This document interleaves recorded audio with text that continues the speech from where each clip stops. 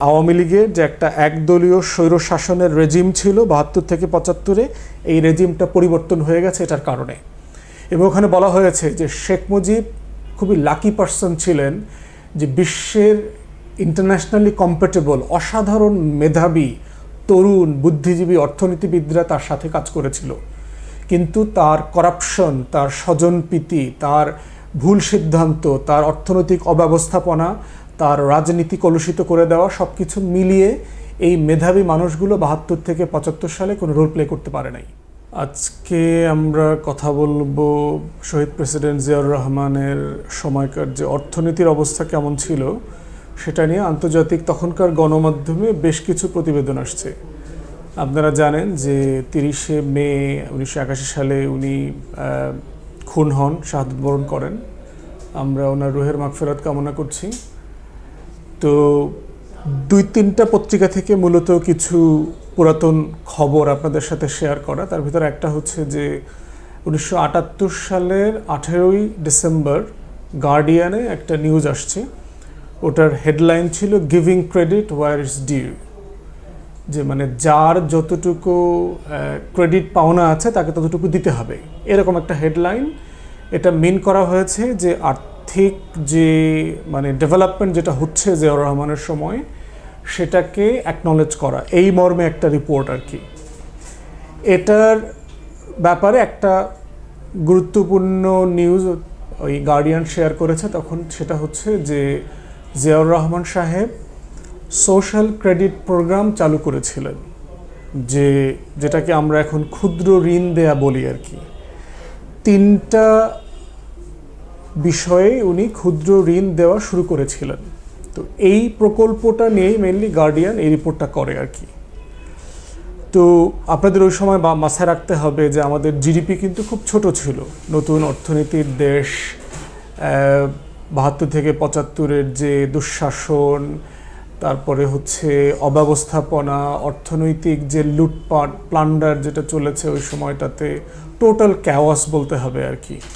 তো সেই সময়টাতে আমাদের জিডিপির 60% ছিল হচ্ছে কৃষি থেকে। তো জিয়াউর রহমান সাহেব ওই সময়টাতে এই যে সামাজিক ক্ষুদ্র ঋণ প্রকল্প যেটা উনি শুরু করেন, উনি মূলত 3টা সেক্টর ঠিক করেন যে কোথায় কোথায় উনি ক্ষুদ্র ঋণ দেবেন। তার ভিতরে প্রথমটা হচ্ছে, যেহেতু কৃষি হচ্ছে আমাদের সবচেয়ে বড় অর্থনীতির খাত, উনি কৃষিতে দেবেন। দ্বিতীয়টা হচ্ছে যে ক্ষুদ্র শিল্প, যেটা স্মল স্কেল ইন্ডাস্ট্রিজ যেগুলো আছে। আর থার্ড হচ্ছে গৃহস্থ ব্যবস্থাপনা, হাউজিং অ্যাকোমোডেশন তৈরি করা শহরে এবং গ্রামে। তো উনি কি করলেন দেখেন, কৃষির ব্যাপারে আমরা দেখলাম যে উনি বিভিন্ন ব্যাংক, বিশেষ করে কৃষি ব্যাংক এবং অন্যান্য বাণিজ্যিক ব্যাংকের মাধ্যমে কৃষকদেরকে সস্তায় আপনার অল্প সুদে ঋণ দেওয়ার প্রকল্প হাতে নিলেন। এবং সেই ছোট্ট অর্থনীতির দেশ, আপনার মাথায় রাখতে হবে সেই সময়টাতে ১৯৭৬-৭৭ অর্থ বছরে আমরা দেখলাম ওই পত্রিকাতে রিপোর্ট এসছে, গার্ডিয়ান লিখেছে যে ১০০ কোটি টাকা কৃষককে ক্ষুদ্র ঋণ দেওয়া হয়েছে। এইটা পরবর্তী বছর বাড়িয়ে ৭৭-৭৮ অর্থ বছরে ১৬০ কোটি টাকা করা হয়েছিল। এবং এটার ফল কৃষকরা অসাধারণভাবে তখন পেয়েছে বিভিন্ন ব্যাংকের মাধ্যমে, বিশেষ করে যে কৃষি ব্যাংক ছিল এবং আদার যে বাণিজ্যিক ব্যাংক আছে, বাণিজ্যিক ব্যাংকগুলোর মাধ্যমেই এইটা মেইনলি ডিস্ট্রিবিউট করা হয়েছে।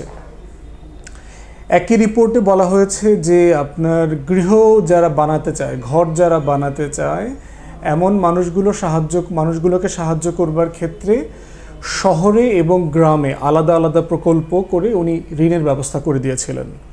তার ভিতরে একটা হচ্ছে যে গ্রামে যারা ঘর বানাতে চায়, মানে আধা পাকা ঘর যেটাকে বলে আর কি, ধরেন যে উপরে টিন, মাটি অথবা ফ্লোর, যেরকম আর কি, ধরেন একদম হোগলা দিয়ে ঘর বানানো অথবা ছন দিয়ে ঘর বানানোর মতো যে জায়গাগুলো ছিল সেখান থেকে, অথবা বাঁশের বেড়া দেয়া, সেখান থেকে সেমি পাকা ঘর যেটাকে বলে, এই প্রকল্পের জন্য তখন উনি বাণিজ্যিক ব্যাংকের মাধ্যমে ৮,০০০ টাকা করে ঋণ দেওয়া হতো প্রত্যেকটা পরিবারকে।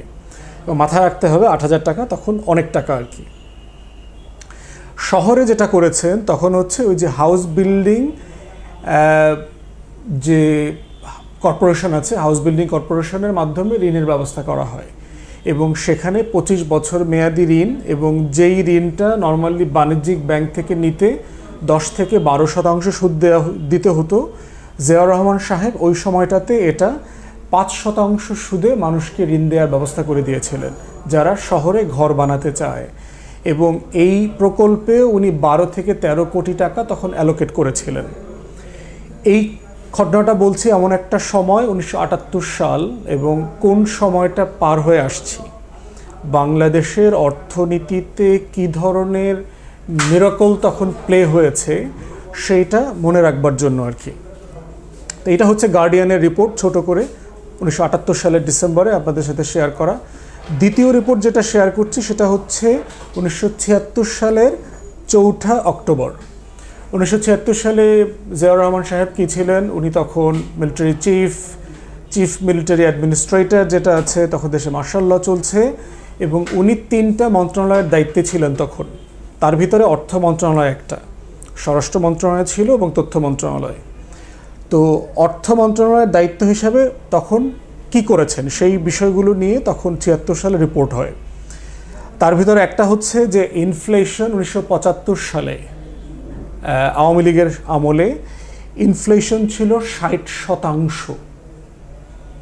মানে আপনি চিন্তা করতে পারেন যে আজকে আমরা যে দ্রব্যমূল্যের মানে মূল্যস্ফীতি, ঊর্ধ্বগতি, বাড়াবাড়ি যেগুলো নিয়ে ব্যাপক রিপোর্ট পড়ি এগুলো, সেই সময়টাতে আওয়ামী লীগের প্রথম সময় 1975 সালে মূল্যস্ফীতি ছিল 60%, যেটা বর্তমান বাংলাদেশেও সত্য। কোনো কোনো পণ্যের মূল্যস্ফীতি 60% অথবা তার থেকেও বেশি হবে।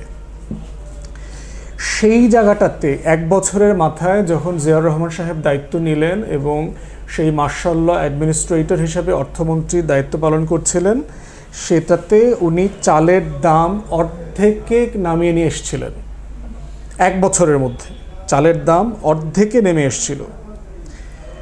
দ্বিতীয় আরও অনেকগুলো বিষয় ওখানে রিপোর্ট হয়েছে। তার ভিতরে একটা বিষয় হচ্ছে জিয়াউর রহমানকে যখন ইন্টারভিউ করা হচ্ছিল সেই সাংবাদিক নিউ ইয়র্ক টাইমসের, তো উনি বলছিলেন যে আমাদের উন্নয়ন এবং রাজনীতির অনেকগুলো বড় প্রতিবন্ধকতা আছে। তার ভিতর একটা হচ্ছে যে ভারত সরকার আমাকে, আমার নেতৃত্বকে পছন্দ করে না, সেজন্য বাংলাদেশের সীমান্তে তারা বিচ্ছিন্নতাবাদীদেরকে প্রশিক্ষণ দিচ্ছে, যারা সকল বাঙালি, এই যে আওয়ামী লীগের লোকজন, কাদের সিদ্দিকীরা যারা ছিল, আপনারা জানেন কাদেরিয়া বাহিনী করে ভারতের টাকা, প্রশিক্ষণ, ভারতে 16 বছর খেয়ে দিয়ে কীভাবে দেশের বিরুদ্ধে তারা যুদ্ধ করেছে, সেই কাদের সিদ্দিকী টাইপের লোকদেরকে রেফার করা হচ্ছে যে ভারত সরকার কীভাবে বিচ্ছিন্নতাবাদীদেরকে অস্ত্র দিচ্ছে, টাকা পয়সা দিচ্ছে, প্রশিক্ষণ দিচ্ছে, দিয়ে আমাদের সীমান্ত অঞ্চলকে অস্থিতিশীল করে ফেলছে, তা না হলে উন্নয়নটা আরও ভালো হতে পারত।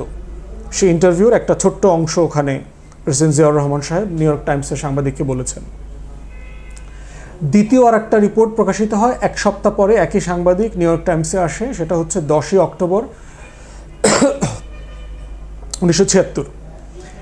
সেখানে জাপানের কথা উল্লেখ করা হয়েছে। বাংলাদেশ ইকোনমিতে কীভাবে মিরাকল করছিল সেটা আলোচনা করতে গিয়ে জাপানের কথা বলা হচ্ছে যে জাপানের মতো দেশ 1974 সালে তার জিডিপির গ্রোথ ছিল ঋণাত্মক, -1.2%।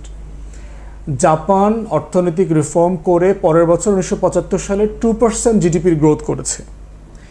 সেখানে বাংলাদেশ 76 সালে তার জিডিপির গ্রোথ হয়েছে 12%।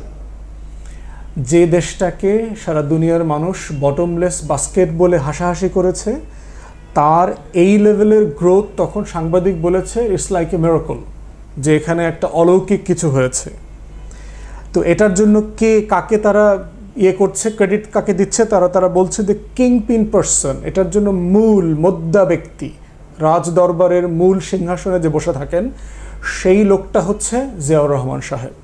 এবং সে যে মার্শাল ল থেকে আসছেন, এবং এটা বলার পরে বলা হচ্ছে যে 40 বছর বয়সী একজন সেনা কর্মকর্তা যার কোনো ভুঁড়ি নাই, মেদভুঁড়ি নাই, উনি তৃতীয় বিশ্বের সাংবাদিক, মধ্যবিত্তের কথা বলেছেন, যাদের একটা গোলাকার পেট থাকে, ভুঁড়ি থাকে, এমন মানুষই ভরা থাকে যে দেশটায়, সেই দেশে একটা স্লিম ফিট মেজর যার বয়স মাত্র 40 বছর, সে এই মিরাকলটা প্লে করেছে যে তার দায়িত্ব নেওয়ার বছরের মধ্যে অর্থনীতির জিডিপির প্রবৃদ্ধি 12% হয়েছে, হিউজ। বাংলাদেশের অন্য কোনো আমলে ডাবল ডিজিট প্রবৃদ্ধি হয়েছে কিনা এটা আমার জানা নাই আর কি।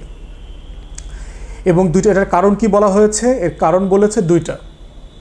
একটা হচ্ছে গুড মনসুন, ভালো রোদ ছিল, ভালো বৃষ্টি হয়েছে এবং বন্যা হয় নাই, এটার কম্বিনেশনে বলা হচ্ছে গুড মনসুন।